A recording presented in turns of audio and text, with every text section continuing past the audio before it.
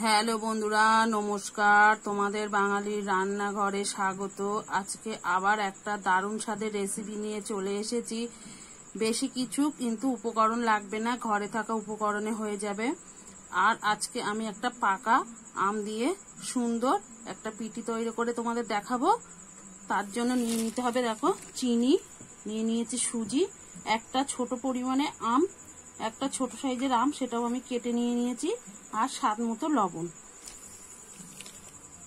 এবার আমি মিক্সের বাটিতে সবকিছু নিয়ে নেব। আমি কিন্তু সুজিটা একটা কাপে মেপে নিয়েছি। এবারে দিয়ে দেবো আমটা, দিয়ে দেবো স্বাদ মতো লবণ।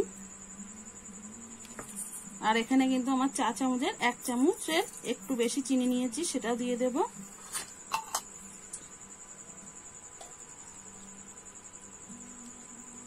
যতটা সুজি নিয়েছিলাম ততটা আমি জল দিয়ে দেব।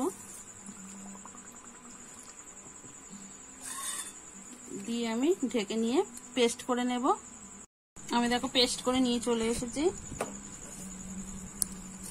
এখানে একটা বাটি নিয়ে নেব, বাটিটা আমি ঢেলে নেব।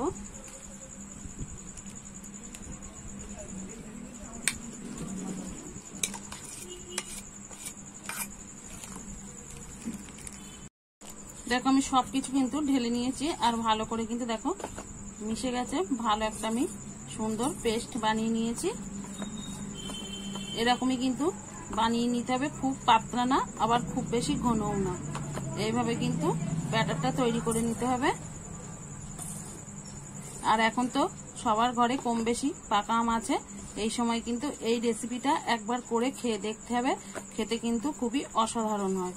তাহলে আমি দেরি না করে উনুনটা ধরিয়ে নেব। আমি কিন্তু উনুনটা ধরিয়ে কড়াটা বসিয়ে নিয়েছি। কড়াটা একটু গরম করে নেব। কড়াটা আমার গরম হয়ে গেছে। এবার একটু সাদা তেল আমি ব্রাশ করে নেব।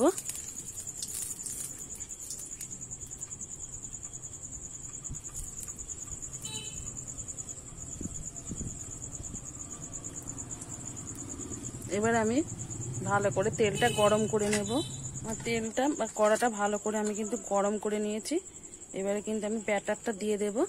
আমি কিন্তু কড়াতে করছি, তোমরা চাইলে কিন্তু চাটুতেও করতে পারো। এইভাবে আস্তে আস্তে কিন্তু পাতিয়ে দিতে হবে।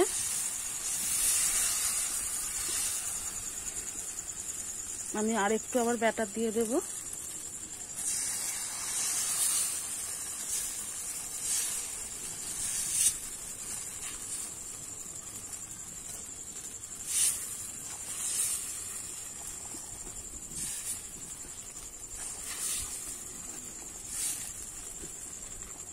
আমি কিন্তু ভালো করে হতে দেব।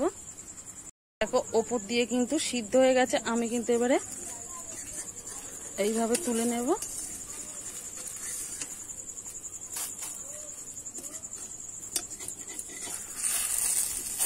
আমার কিন্তু একটা সরু চাকলে পিঠে হয়ে গেল। এইভাবে কিন্তু আমি সবগুলো ভেজে নেব। আমার কিন্তু সব সরু চাকলি পিঠেগুলো তৈরি হয়ে গেছে। আমি এবার কিন্তু নামিয়ে নেব।